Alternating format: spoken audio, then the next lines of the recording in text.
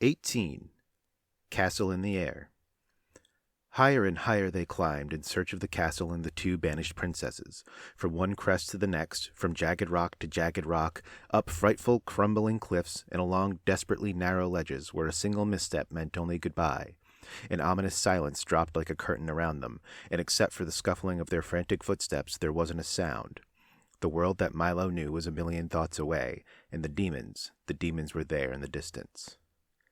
"They're gaining!" shouted the humbug, wishing he'd never looked back.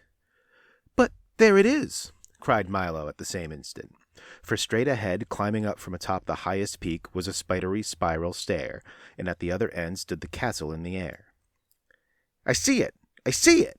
said the happy bug as they struggled up the twisting mountain trail.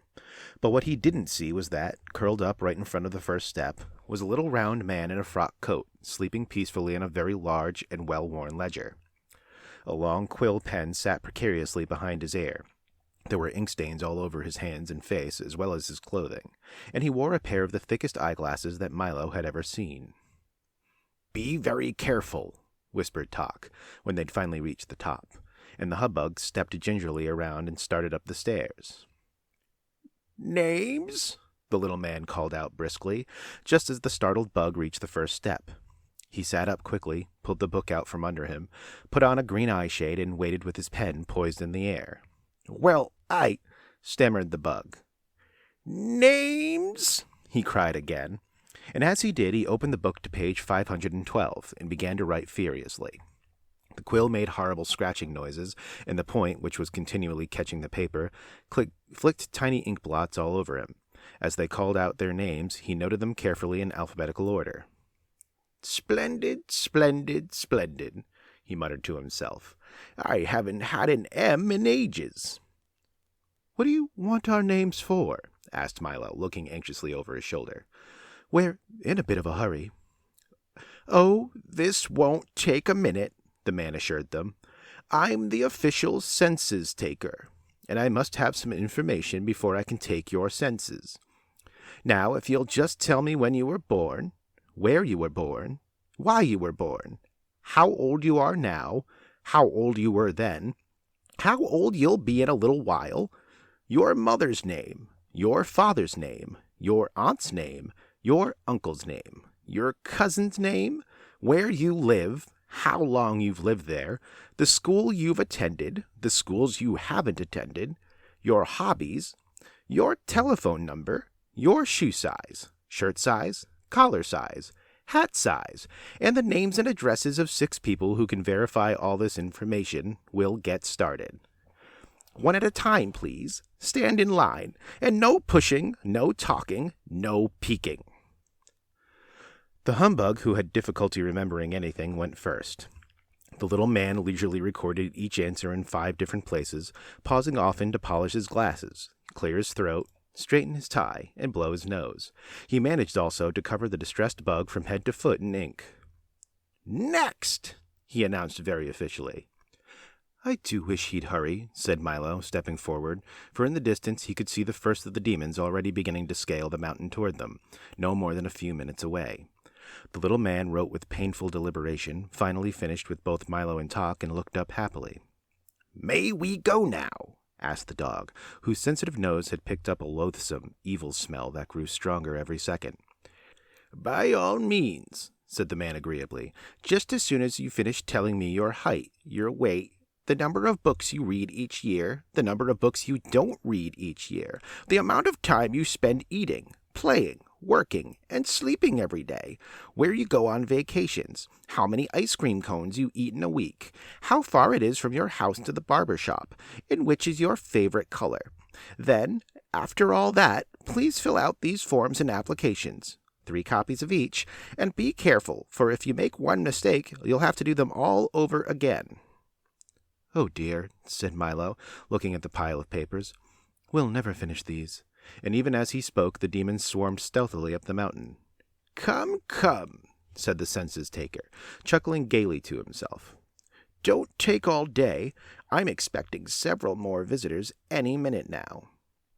They set to work feverishly on the difficult forms, and when they'd finished, Milo placed them all in the little man's lap. He thanked them politely, took off his eyeshade, put the pen behind his ear, closed the book, and went back to sleep. The humbug took one horrified look over his shoulder and quickly started up the stairs. "Destination!" shouted the census-taker, sitting up again, putting on his eyeshade, taking the pen from behind his ear, and opening his book. "But I thought," protested the bug. "Destination," he repeated, making several notations in the ledger. "The castle in the air," said Milo impatiently. "Why bother?" said the census-taker, pointing into the distance. "I'm sure you'd rather see what I have to show you." As he spoke, they all looked up, but only Milo could see the gay and exciting circus there on the horizon. There were tents and sideshows and rides and even wild animals, everything a little boy could spend hours watching. "And wouldn't you enjoy a more pleasant aroma?" he said, turning to Talk. Almost immediately, the dog smelled a wonderful smell that no one but he could smell. It was made up of all the marvelous things that had ever delighted his curious nose. "And here's something I know you'll enjoy hearing," he assured the humbug. The bug listened with rapt attention to something he alone could hear, the shouts and applause of an enormous crowd all cheering for him. They each stood as if in a trance, looking, smelling, and listening to the very special things that the census-taker had provided for them, forgetting completely about where they were going and who, with evil intent, was coming up behind them. The census-taker sat back with a satisfied smile on his puffy little face as the demons came closer and closer, until less than a minute separated them from their hapless victims. But Milo was too engrossed in the circus to notice, and Talk had closed his eyes the better to smell, and the bug, bowing and waving, stood with a look of sheer bliss on his face, interested only in the wild ovation. The little man had done his work well, and except for some ominous crawling noises just below the crest of the mountain, everything was again silent.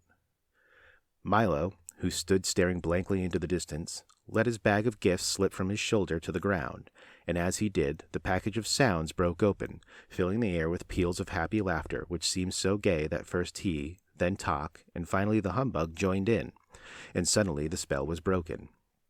"There is no circus!" cried Milo, realizing he'd been tricked. "There were no smells!" barked Talk, his alarm now ringing furiously. "The applause is gone!" complained the disappointed humbug. I warned you. I was the census-taker," sneered the census-taker. "I help people find what they're not looking for, hear what they're not listening for, run after what they're not chasing, and smell what isn't even there. And furthermore," he cackled, hopping around gleefully on his stubby legs, "I'll steal your sense of purpose, take your sense of duty, destroy your sense of proportion, and but for one thing you'd be helpless yet." "What's that?" asked Milo fearfully. "As long as you have the sound of laughter," he groaned unhappily, "I cannot take your sense of humor, and with it you've nothing to fear from me." "But what about them?" cried the terrified bug, for at the very instant the other demons had reached the top at last and were leaping forward to seize them. They ran for the stairs, bowling over the disconsolate census-taker, ledger, ink bottle, eyeshade and all as they went. The humbug dashed up first, then Talk, and lastly Milo, almost too late as a scaly arm brushed his shoe. The dangerous stairs danced dizzily in the wind, and the clumsy demons refused to follow, but they howled with rage and fury, swore bloody vengeance, and watched with many pairs of burning eyes as the three small shapes vanished slowly into the clouds. "Don't look down," advised Milo as the bug tottered upward on unsteady legs. Like a giant corkscrew, the stairway twisted through the darkness, steep and narrow and with no rail to guide them. The wind howled cruelly in an effort to tear them loose, and the fog dragged clammy fingers down their backs. But up the giddy flight they went, each one helping the others, until at last the clouds parted, the darkness fell away, and a glow of golden sun rays warmed their arrival. The castle gate swung open smoothly. They entered the great hall on a rug as soft as a snowdrift, and they stood shyly waiting. "Come right in, please. We've been expecting you," sang out two sweet voices in unison. At the far end of the hall a silver curtain parted, and two young women stepped forward. They were dressed all in white, and were beautiful beyond compare. One was grave and quiet, with a look of warm understanding in her eyes. The other seemed gay and joyful. "You must be the Princess of Pure Reason," said Milo, bowing to the first. She simply said, "Yes," and that was just enough. "Then you are Sweet Rhyme," he said, with a smile to the other. Her eyes sparkled brightly, and she answered with a laugh as friendly as the mailman's ring when you know there's a letter for you. "We've come to rescue you both," Milo explained very seriously. "And the demons are close behind," said the worried humbug, still shaky from his ordeal. "And we should leave right away," advised Tok. "Oh, they won't dare come up here," said Reason gently, "and we'll be down there soon enough." "Why not sit for a moment and rest?" suggested Rhyme. "I'm sure you must be tired. Have you been traveling long?" "Days," said the exhausted dog, curling up on a large, downy cushion. "Weeks," corrected the bug, flopping into a deep, comfortable armchair, for it did seem that way to him. "It has been a long trip," said Milo, climbing onto the couch where the princess sat. "But we would have been here much sooner if I hadn't made so many mistakes. I'm afraid it's all my fault." "You must never feel badly about making mistakes," explained Reason quietly, "as long as you take the trouble to learn from them, for you often learn more by being wrong for the right reasons than you do by being right for the wrong reason."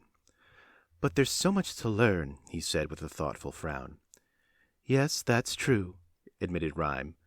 "But it's not just learning things that's important. It's learning what to do with what you learn and learning why you learn things at all that matters."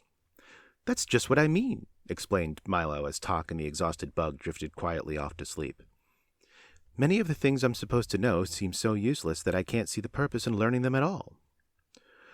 "You may not see it now," said the Princess of Pure Reason, looking knowingly at Milo's puzzled face, "but whatever we learn has a purpose, and whatever we do affects everything and everyone else, if even in the tiniest way. Why, when a housefly flaps his wings, a breeze goes round the world. When a speck of dust falls to the ground, the entire planet weighs a little more, and when you stamp your foot, the earth moves slightly off its course.